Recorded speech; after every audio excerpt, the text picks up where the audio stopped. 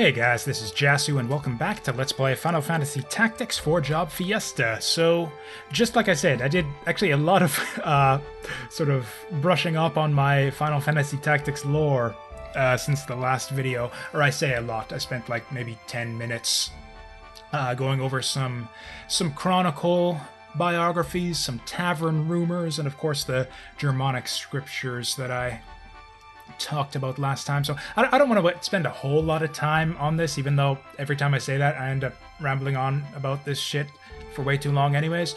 But yeah, it turns out there's actually some interesting stuff in the tavern rumors that apparently I just didn't notice. I don't know if it's new stuff on the, like if it's just new and I didn't notice it or what, but yeah, apparently Marcus Elmdor is dead, which I don't really understand the point of that, because we know or we don't know yet, but we will learn later on that he's not dead. But apparently people think that he's dead. So yeah, that happened or didn't happen. I don't know what exactly. So yeah, there's that. Not too important. All of these are just summaries of stuff that we knew already, stuff that we experienced throughout the story. Or actually, I'll leave that up just a bit so you guys can read it if you want. But yeah, war is probably going to go on long. Sides are evenly matched right now. And then there's this stuff about the Legend of the Zodiac Braves, which is kind of the underpinning of the whole sort of demonic side of the story, with the church trying to revive demons and take over the world or what the fuck ever. So yeah, like this whole Zodiac Brave story is kind of underpins the main, like the central bit of lore behind the whole Ivalice universe, where long ago, or actually it's kind of interesting, I think there's kind of some parallels, like I mentioned the parallels between the Church of Glabados and the Catholic Church, and, you know, Germanic and Judas and Ajora and Jesus and all that. There's actually some very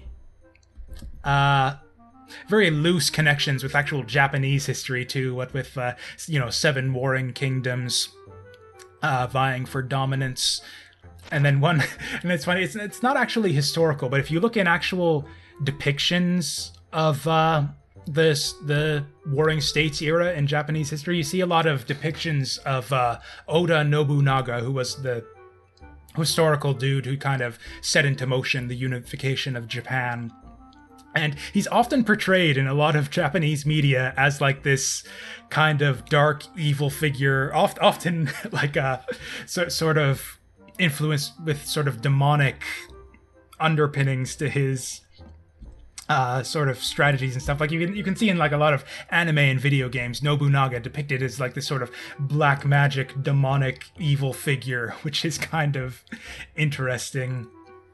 But and you see some of that here too, with 7 warring states. One of them rose to dominance and summoned demons to try and take over the country. That backfired, and then 12 Zodiac Braves gathered together and slew the demons, and etc. So that's kind of like the ancient history of the Ivalice world. And yeah, it talks about the Zodiac Stones, which are connected to the Braves somehow or other. They've got power in them or something. And it's so within that context, that context is kind of necessary to understand the Germanic scriptures here. So you see now we have this new option, artifacts, here. And I actually didn't there's actually another thing you can do in the taverns here that I haven't gone into. Basically, you can go on errands where you send your generic dudes on different quests, and then you send them out for a certain number of days, and then they come back with extra JP, basically, is your bonus for doing these.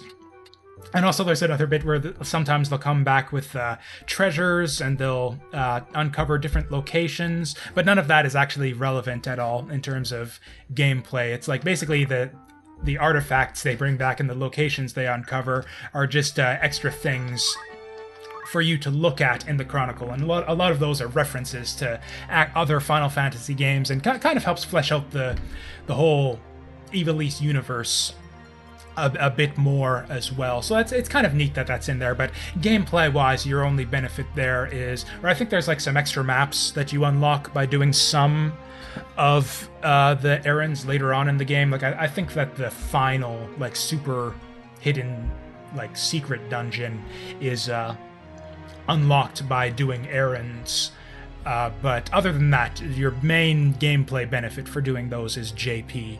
So, and in fact, yeah, we can't even see the locations bit here in the Chronicle because we haven't actually found any locations yet. And so, but we do have artifacts now. There's one artifact that you actually get over the course of the story. That's actually not true, is it? We should have more Zodiac stones, shouldn't we? Because, yeah, Zodiac stones, the Zodiac stones you collect throughout the story usually show up here as well. Did we give them out to someone already? I don't remember.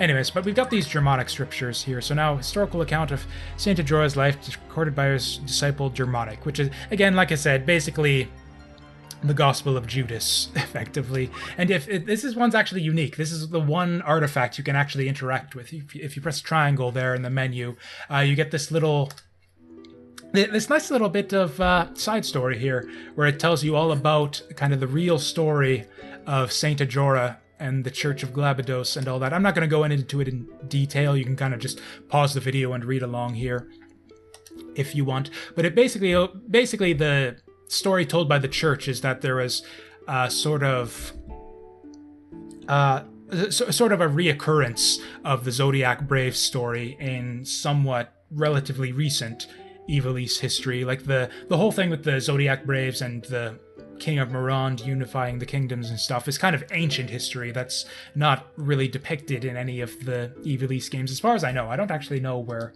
Final Fantasy XII fits in the whole timeline. It might even be. I'm not sure exactly. I'm not. I'm kind of getting really interested in like the kind of the Ivalice lore and all of that. I might even go further into like the wiki and stuff, because I don't actually know where Final Fantasy XII fits into all of this. I think it's still like after, like it's back in the ancient era where it says, airships and whatnot and ancient technology across the world, but it's so it's like long before Final Fantasy Tactics, but I think it's still after the time of like the Zodiac Braves and that, but I think before the story of Saint Ajora and like the second coming of the Zodiac Braves. But yeah, basically I think they tell you here what the King of Lazalia summoned a demon to try to take over the world. So Saint Ajora brought new Zodiac Braves together, and then they fought the demon and saved the land and whatever, and they founded a religion based on that. And then this is the scripture that basically tells you that all of that is a lie. Saint Ajora was a spy basically for Lazalia or something. It tells you the details here.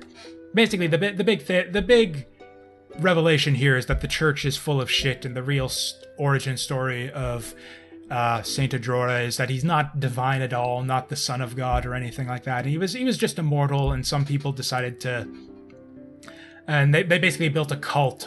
He started sort of a cult of personality, and then some dudes sort of spun that off into like a real cult, the Church of Glabados, which ended up being a dominant political figure in the centuries to come. Which is just kind of really interesting, an interesting story in itself. And back in the day when I like first played this as a kid, and actually that's kind of the funny thing, you won't ever even see this if you don't go into the Artifacts Chronicle and actually check out the Germanic scriptures and read them and all that. So my first couple times through the game, I think I never even saw this. Actually, it wasn't until maybe my second or third time through the game that I actually discovered this and read through it. And I thought it was super interesting and just really just like, I don't know, some kind of deep commentary on like the real world, lies of, the falsehoods of religion and real life and the bullshit of the Catholic Church and all that. As an edgy atheist teenager and all that, I thought this was like really good shit. And then in retrospect, later on, I figured, this is just kind of, I don't know what to call it. It doesn't really have much to do with the real world religion at all or anything. So I thought, it's just kind of bullshit. But looking back at it now, in sort of, adulthood and all that, you can see how it's just got kind of a bits of influence of, real world stuff, but it's really not as a commentary on, the real world or anything like that. It's just kind of a neat inspiration or a jumping off point for some really cool video game lore, and taken in those kinds of terms. I really like this kind of stuff in the story. It's got a really the more I kind of delve into it, I think that the backstory to this game is really, just really interesting, and kind of, there's a lot of good stuff you can pull out of here if you go into it. Although with that said, as it being kind of running as deep as it does, I'm nudging my table with my hand as I'm gesticulating throughout this whole bit, which I don't know if that picks up on mic. I know on my old computer table, you get like really terrible feedback whenever I'd bump the table with my hand. I don't know if the new desk does that or not as well. But anyways, yeah, you could have, and yeah, like I said, you can read through all that if you want. But that's kind of what's going on in terms of like the church's whole angle on what they want with these scriptures and why they're so important to them. But in terms of like kind of just the basic plot progression, essentially all you need to know is that we've got the MacGuffin, and the church wants it back, and we've got to give it to them if we want to get our sister back safe and sound. And that's like in plot terms. But then, so it's like in terms of like the basic plot, it's not like, it's the MacGuffin. We've got the MacGuffin, and they want the MacGuffin, and we're fighting over it for now. But in terms of like the deeper significance, in terms of like the church's position in society and the religious backstory of the world of Ivalice and the Church of Glabados and all that, it runs a lot deeper than I even realized back when I was first getting into the Ivalice lore and all that. And I don't know, I find it kind of interesting. I don't know, for me personally, I often have a tough time keeping this kind of stuff straight in my head when I try to follow stories like this. And okay, that's interesting. So this one's cheaper and newer. So yeah, we got a new tier of bag, but it's cheaper than the old one. It doesn't give us that mag +1 though, and I don't think regen and 2 attack is really worth it, so I think I'm gonna keep the old one. Oh wow, did we just completely skip Iron Fan?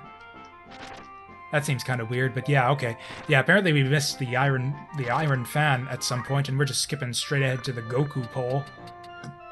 And we've got, not books, it's the harps we want, yeah, and we've got a new harp as well. 13 attack. This one does not confuse, but it's got a higher attack value, a much higher attack value, in fact, and we weren't really getting a lot of procs off of that Lamia harp anyways, so I think... Oh, and we got some new stuff here. It's just straight AP, or HP though, whereas these ones give us PA and MP, or not MP, MA. So I think we probably want our old stuff with those.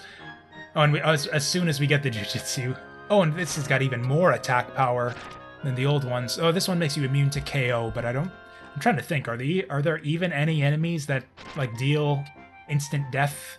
Like, I don't think there are any instant death spells in this game. I don't know, maybe I'm just forgetting.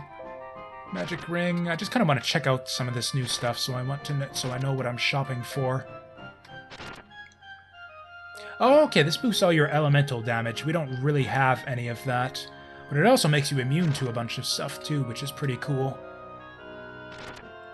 I think we'll basically be maybe taking some of these immunity rings for specific fights that we might have problems with later on, but other than that, I think we can just leave them.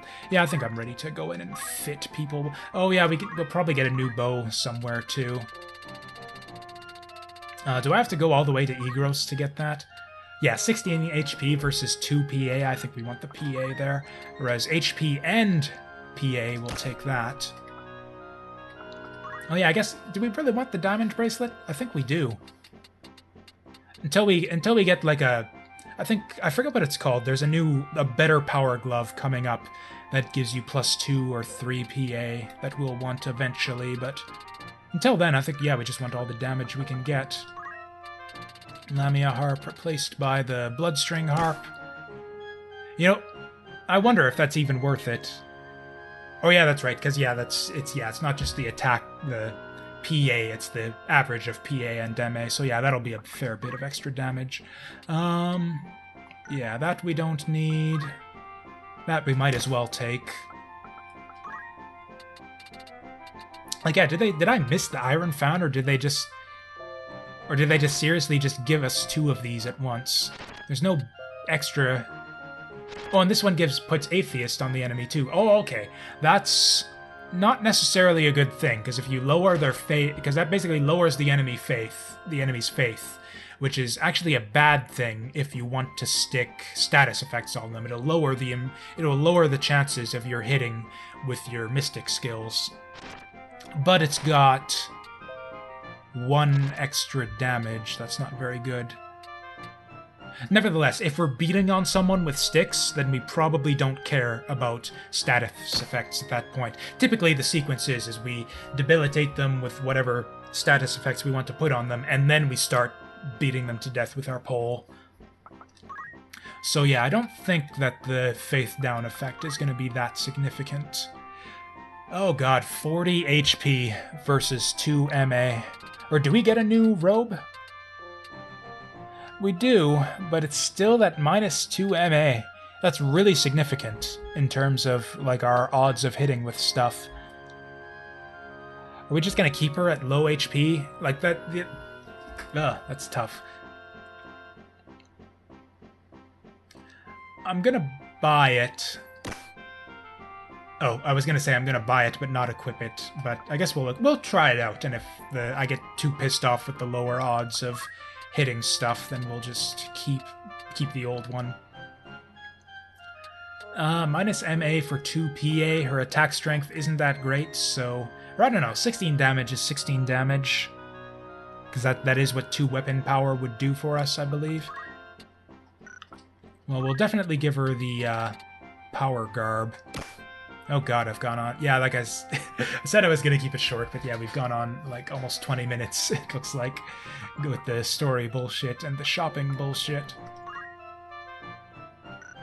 Oh wow, we're kind of running low on money too, because yeah, if I spend 50,000 on this, we'll be down to like 30,000, and that's not a lot. So yeah, I think we'll keep the bag we've got for the time being. And I think that's all for shopping that we need, actually. The only thing we need from the night shops is the new bow, which I hope they have. Oh yeah, there's this book, we can sell that. Or I'll keep the... Damn it, come on, my input is sticking for some reason. We'll keep the dirk. I'll keep the lightning bow for now, too. The barrette we'll keep, again, just because the status blocking might be good later on, and we'll keep the wizard's robe in case we want that. Mobilize, disable, I don't really give a shit about that. I don't even know when we got that. Power, you know, we are kind of running low on money now. I'm almost tempted to sell the Gonaltit right now, but... Well, you know, we got access to Germanus boots now, so we can definitely sell all of these battle boots and spiked boots. Because, yeah, we can just buy German ass boots if we want to. Oh, now I don't remember. I think that they sell bows at one of these. Because, yeah, I think like there's the generic, like, light class equipment that's sold by some shops, and then there's the generic, like, heavy class with, like, the heavy armor and the swords and all that. And I think that, yeah, I think these ones sell the same shit. They're giving me another one? What the hell? I don't remember, or did I reload my save and, like, not save after that last? And here I am just unprofessionally opening a beer. On here, right here on camera. Oh, okay, we got a nice little, I guess you might call it a romance scene between Delita and Ophelia. Because, yeah, Delita's whole subplot sort of going on at the same time as this. Yeah, Delita's kind of a jackass. That's, what do you call it? Because his long-term plan, I'm pretty sure at this point, is to woo, like, I think he even has it, like, in mind as his plan at this point, is to woo the princess so that he can become king later on. So this is all part of his seduction technique right now. It's a very, very advanced, you can see, very modern. I believe they call this negging in the PUA community. Oh, God. Yeah, if you need any more reason to fucking hate Delita, yeah, there you go. PUA techniques on poor little orphan Ophelia here. Actually, delete is, like I said, not necessarily not a very virtuous or honorable character, but a very interesting one nonetheless. Like I said, one of those, one of the great villains who kind of makes the story of the game that more interesting. Yeah, I think he's actually kind of being real with her right now too. Or I mean, okay, he's going on about, yeah, you're light, when really he's just kind of in it for power for himself, but the whole thing about his vision for a new kingdom, he's kind of being straight with her a little bit, which I guess is not really straight at all when you think about it. he's like being straight, but he's twisting it a bit, so that's really not straight at all. Yep, putty in his hands.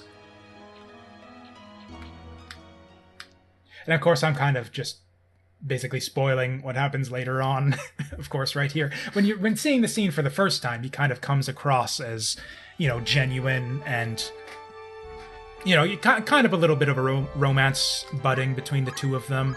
I would have been okay with a random fight there, although, like I said, we don't really need the JP at all, so it would really just be for levels at that point.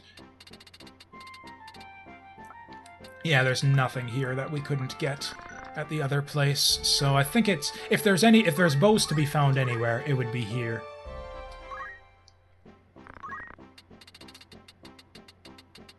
Okay, we got a wind/bow, whatever that is.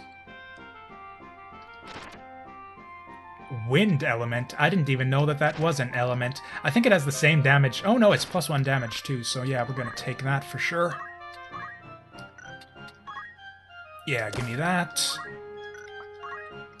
So it's often not a good idea to go best fit in this game, just because, like, a lot of the equipment in this game has secondary properties that aren't really picked up by the automatic optimization. Like, you know, I've been doing stuff like, you know, whether or not wizard robe is better than the white robe and stuff like that.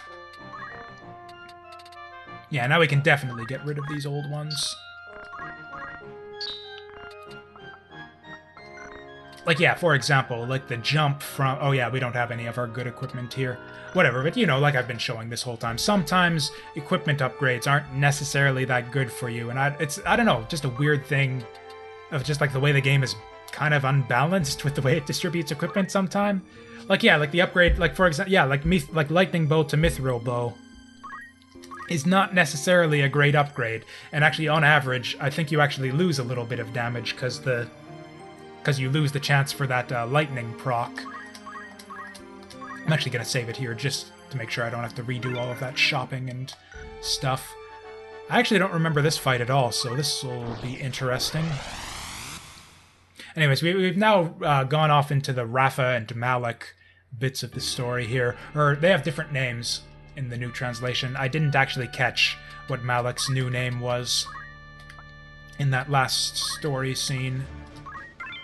Yeah, something, since I have no idea what the map looks like. I think this might be the first fight against Meliadoul, who also probably has a new name in the new translation. I'm not sure. Could also just be like a random fight with generics, or like another monster ambush.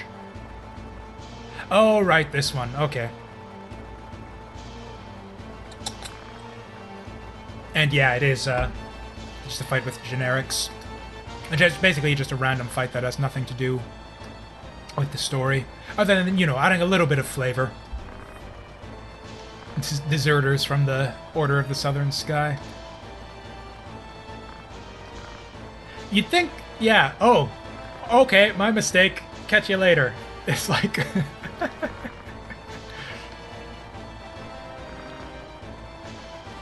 The one on the hat? Oh god, we're wanted.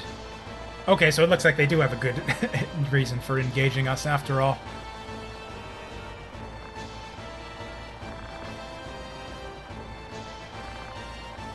I don't know why the Southern Sky would give a shit about heretics, but certainly if they turned them into the church, they'd probably be able to live the high life for a good long while.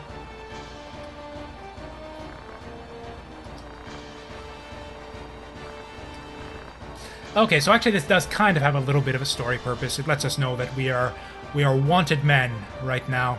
Or I guess wanted men and women. Basically, just I guess just Beef is the only one who's actually wanted by the church here. As far as our tactical situation here, this looks like an easy fight.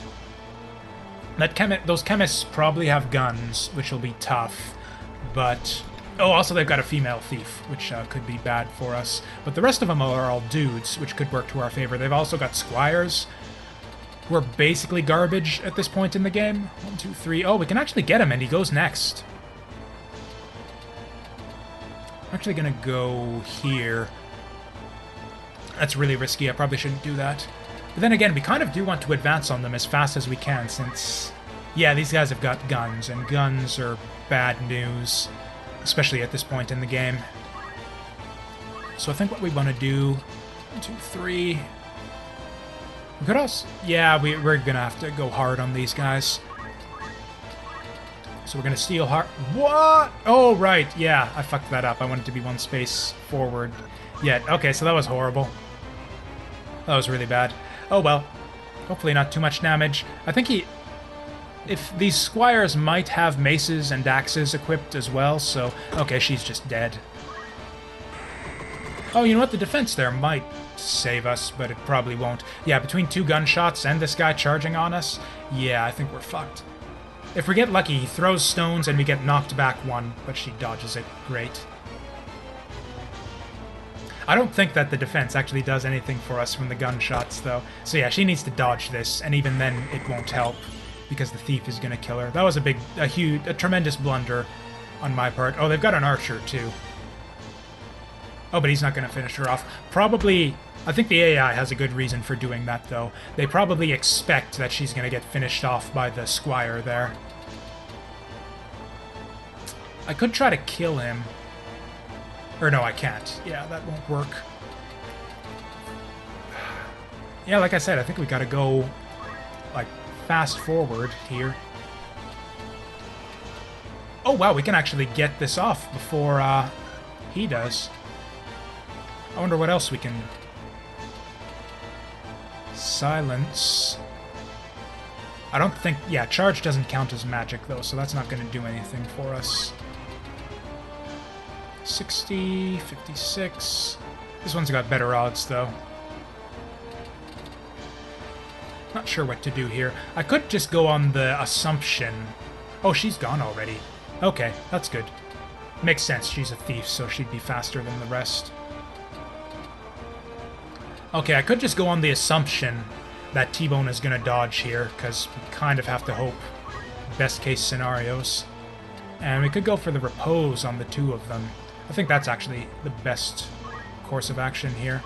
And I think I actually just want to hit him when he's charging for the bonus damage. Can I charge before him with anything? No, I can't. So yeah, we just do this. And wait to save our CT. Ooh. 1, 2, 3.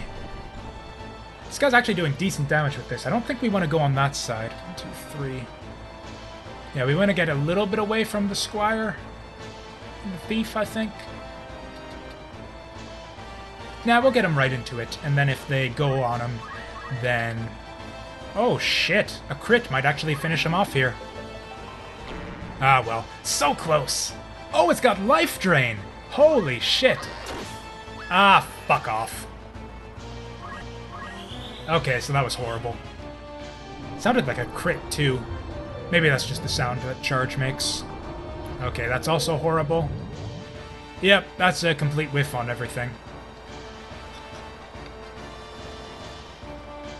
Holy shit, that blood harp, though. I think Sirloin is a frontline fighter now. I think we want him in the thick of it from here on out. Yeah, we'll just kill him. See, that's why you save CT. If I had moved there, I would not have gotten to kill that guy before he got to go again. Yeah, these chemists are a real pain in the ass. As much as I love this new blood harp, because I'm kind of planning ahead for the next attempt at this fight, because I don't think we're going to win this. Oh god, they both have charge? Are you kidding me? Okay, they can actually, yeah, they can go on Sirloin all they want. He's a tank at this point, effectively. Or unless he gets bursted down by this fucking archer. Oh no, he's... Oh, wow. Okay, this is happening now. Sir, our bard is our main tank right now. I think we can actually kill this guy. Like, he's charging, we get the bonus damage on him. Yeah, she can almost do it by herself. 1, 2, 3... 2, 3... Ah, this is tough. 2, 3. I think this is the best spot for it. Yeah, that'll get him from the side. Yeah, there we go. Now, do we still get the 130? Nice! And we're back up to full. Yeah, the big issue here is that we need to win this before T-Bone crystallizes, which might be tough. On the other hand, we've almost got it. Like, yeah, there's... I don't know, we're gonna have to work fast. Oh, and yeah, speaking of fast, T-Bone's got pretty high speed, so she's actually gonna crystallize even faster. I don't think we can get this in, what, we probably have like 2 rounds to do all this. I don't think it's gonna happen.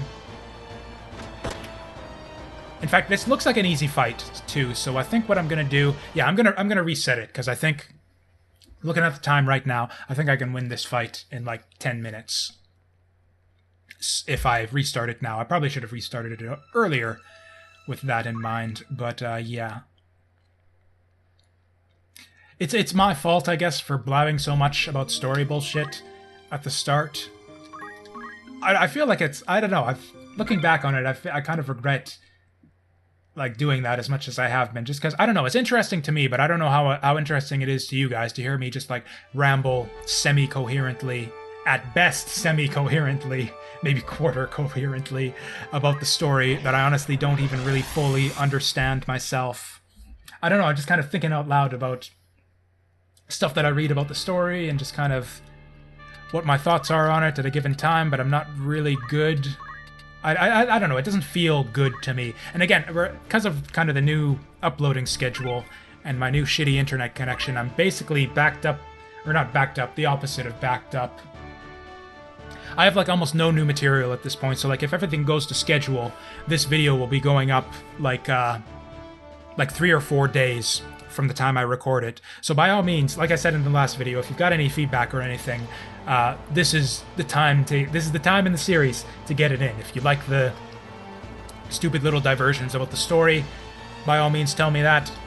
And if you don't like all that and would like me to just stick with the fights and the gameplay, let me know that, and I'll definitely accommodate you, because yeah, considering that I probably have, like, based on the YouTube analytics, like 2 or 3 regular viewers for this series at this point, if you give me feedback, I will be sure to listen to you.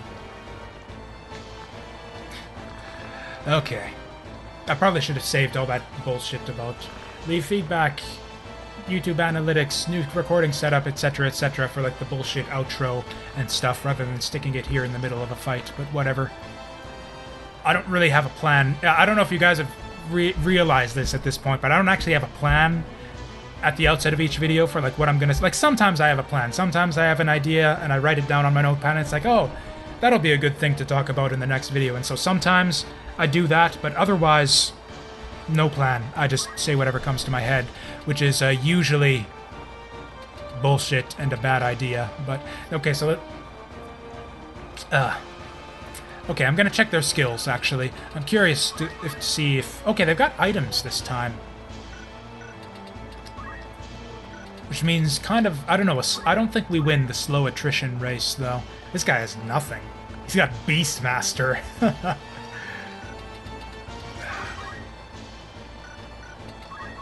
All of these guys have, like, no secondary skills. We, like, completely lucked out. Okay, never mind. Black magic.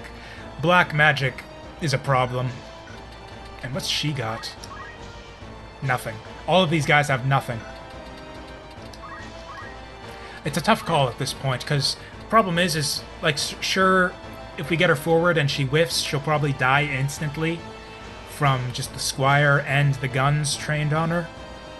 Thing is, she might actually just die from the... No, she won't die from the guns, but she won't... We won't be able to keep up... Like, we have no means of healing her other than the Bard's song. Which means that, like, instead of being dead in one round, if we move her up. She's dead in 2 rounds if we keep her back. Okay, here's what we do. We keep her out of range of the thief because, yeah, guns plus the thief, the enemy thief, means that she will die in 1 round. So we're going to move her back here. And that'll put her in position to do stuff next round. Or, oh, you know what I should have done? Yeah, that was a mistake. What? Oh, right, Fundament Stone. Oh, that's actually good, yeah. What I should have done is I actually should have had her do a full weight rather than moving at all. And the benefit from that was it would have given her enough CT to actually go before the enemy thief. And then I could charm that squire before the enemy thief gets to say anything about it. And I could even stay out of her range before that. I guess that's going to happen anyways with what we did, but I don't know. The interesting thing about this party, or at least at this instant, where we're at with our party, we've got 2 characters who have like crazy life drain, so they can function quite effectively as tanks for us.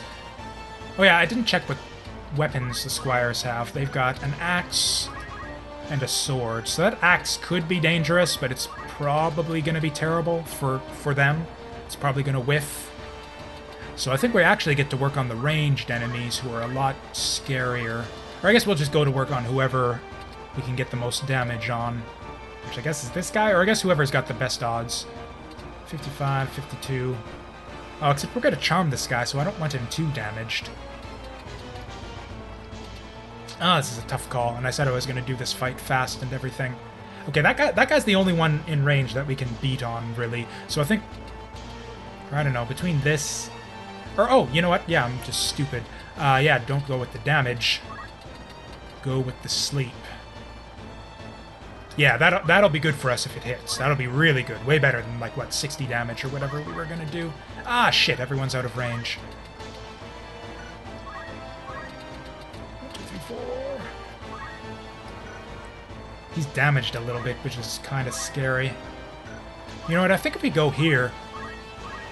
Yeah, it'll be tougher for the chemists to get line of sight to us. The archer will still be a problem, but archers are worthless anyways. He said, clinking the squire for 60 damage with his bow. 2, 3... Ah, shit. I think we might actually go for Life Song here. Nah, with the enemies doing like 80 damage a pop, no, we cannot afford that. And I guess we just kind of have to hope that the thief continues to... Oh, only 65 this time. Oh well. Get a bit more damage on him, and then... Yeah, when T-Bone goes to charm him, I guess it'll be all the more likely that the enemy kills him when they try to uncharm him. Okay, the one is fine, I guess. I would have really liked to get that archer. Yeah, she's gonna go for it. 54% chance, same as last time. Yeah, she gets it this time. That's pretty bad. I'm actually tempted to just smack him. Who goes next? Oh, it's this guy. That sucks. 1, 2, 3. I'm gonna go for the counter charm. Mind you, the guy that she charmed is better than the guy that we're about to charm, but whatever.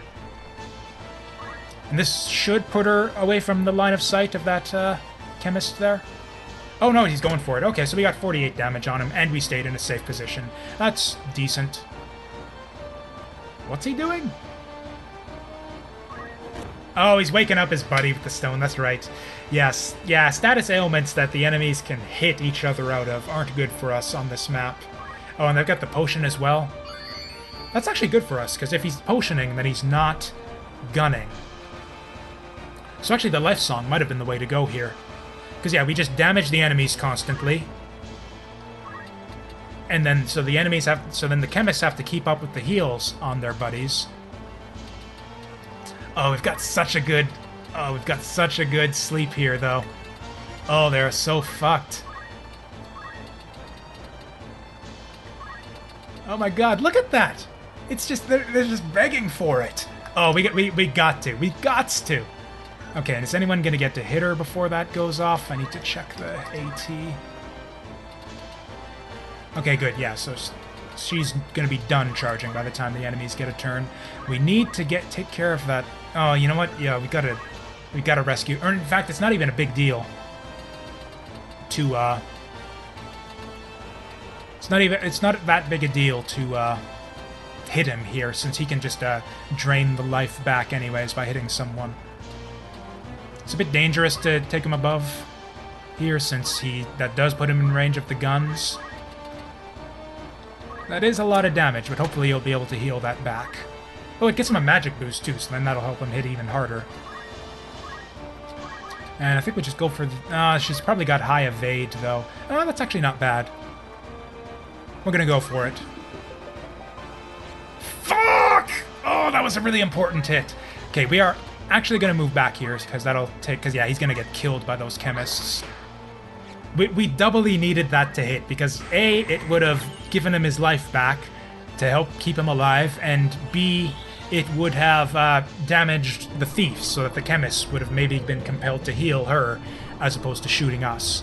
Our one saving grace could be if we get a crazy good sleep off of this, which is happening so far. Damn! Oh, that's nice! Okay, that went really well for us. And so they're going to waste their next few turns awakening their buddies, except they're not. I'm happy with that.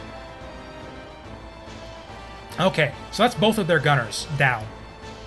Wonderful. No, no, no, no, no. Okay, that's bad. And I don't think it's even worth it to give up a turn. Huh. Yeah, we need to put this bitch in the ground, like, pronto. So yeah, we're just gonna... Okay, shitty damage, whatever. She needs to go down. Okay. 80, that's not great. Oh, you know what? Oh, I should have done this from the beginning, yeah, because the Faith down, which didn't proc there, that kind of sucks. The Faith down would... Or no, it's not Faith, it's MA, so yeah, the Faith down would have done nothing for us. Oh, this will be bad. Oh, this is really bad. Okay, we need Sirloin to do maximum damage here. 1, 2, 3, 1, 2, 3, 1, 2, 3. Okay, so we put him here and we'll have a few options open to us, and we're basically just going to hit whoever we can get the most damage on. 78, we'll take that. Okay, good. So that kind of almost keeps him alive, even though he'll probably die if 2 people go on him, and if Beef stays charmed, but oh well. This is actually going to be a long fight in the end. I should have anticipated that. We might end up splitting this into 2 videos, whatever. Bullshit! Bullshit, bullshit, bullshit, bullshit, bullshit. Okay, well this will take away an enemy turn, so this will be... Never mind! Oh, I think we're going to lose this again. Between this Squire and Beef, I think that Sirloin's going down? Okay, that's wonderful.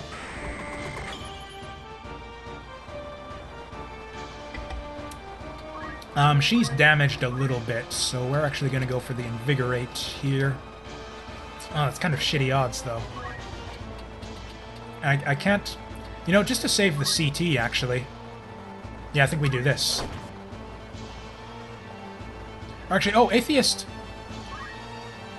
Okay, yeah, that just lowers their faith, yeah. I thought it was weird because I didn't see... It just said Atheist, and I didn't see a number or anything. Okay, and he's just going to keep buffing. That's actually really awesome now that he's got the life drain here, because he can just keep tanking hits, keep healing himself up. Okay, well, he could if he had survived there, but yeah, that's just what I predicted was going to happen. I think the play here is actually to... Or no, his charm isn't going to last any more turns, I'm pretty sure. So... Oh, this is tough.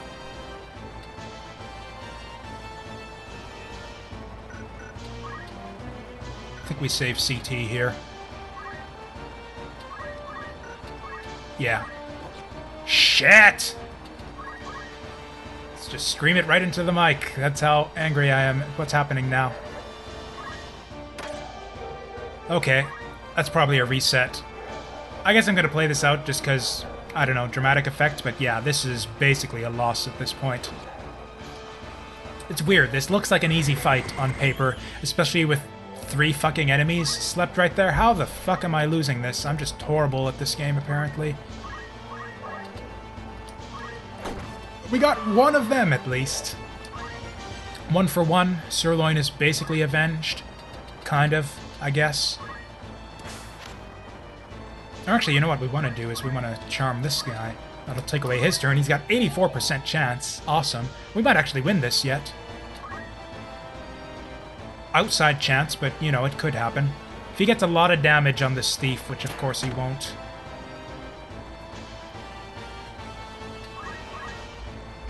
Okay, we finish off the thief here. Yeah, she's gonna go next, so she has to go next. You see that? That was like a little bit of wordplay that I did there. I'm kind of proud of it in retrospect.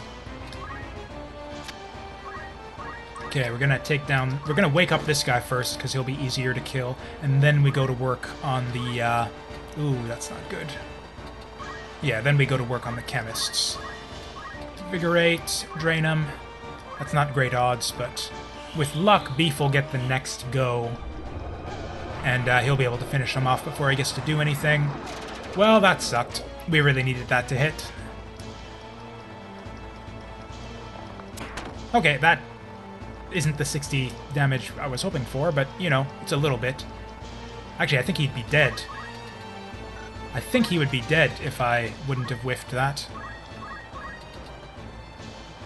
56, not quite enough. Oh, damn, so close. Okay, with any luck, I guess this will crit and finish him off. Okay. We desperately needed that life drain to hit. And Sirloin is about to crystallize. That's a wipe. And he's going to potion to prolong the fight. Yeah, this is a loss for us. I'm sorry for wasting your time with that extra attempt at that fight. And yeah, I hope you'll join me in the next video where I will continue to waste more of your time. Yeah, ramming my head against this ridiculously easy fight that I can't seem to win. Yep, that's what we're gonna do. So yeah, join me then. It'll be great. And yeah, thanks for watching. Bye-bye.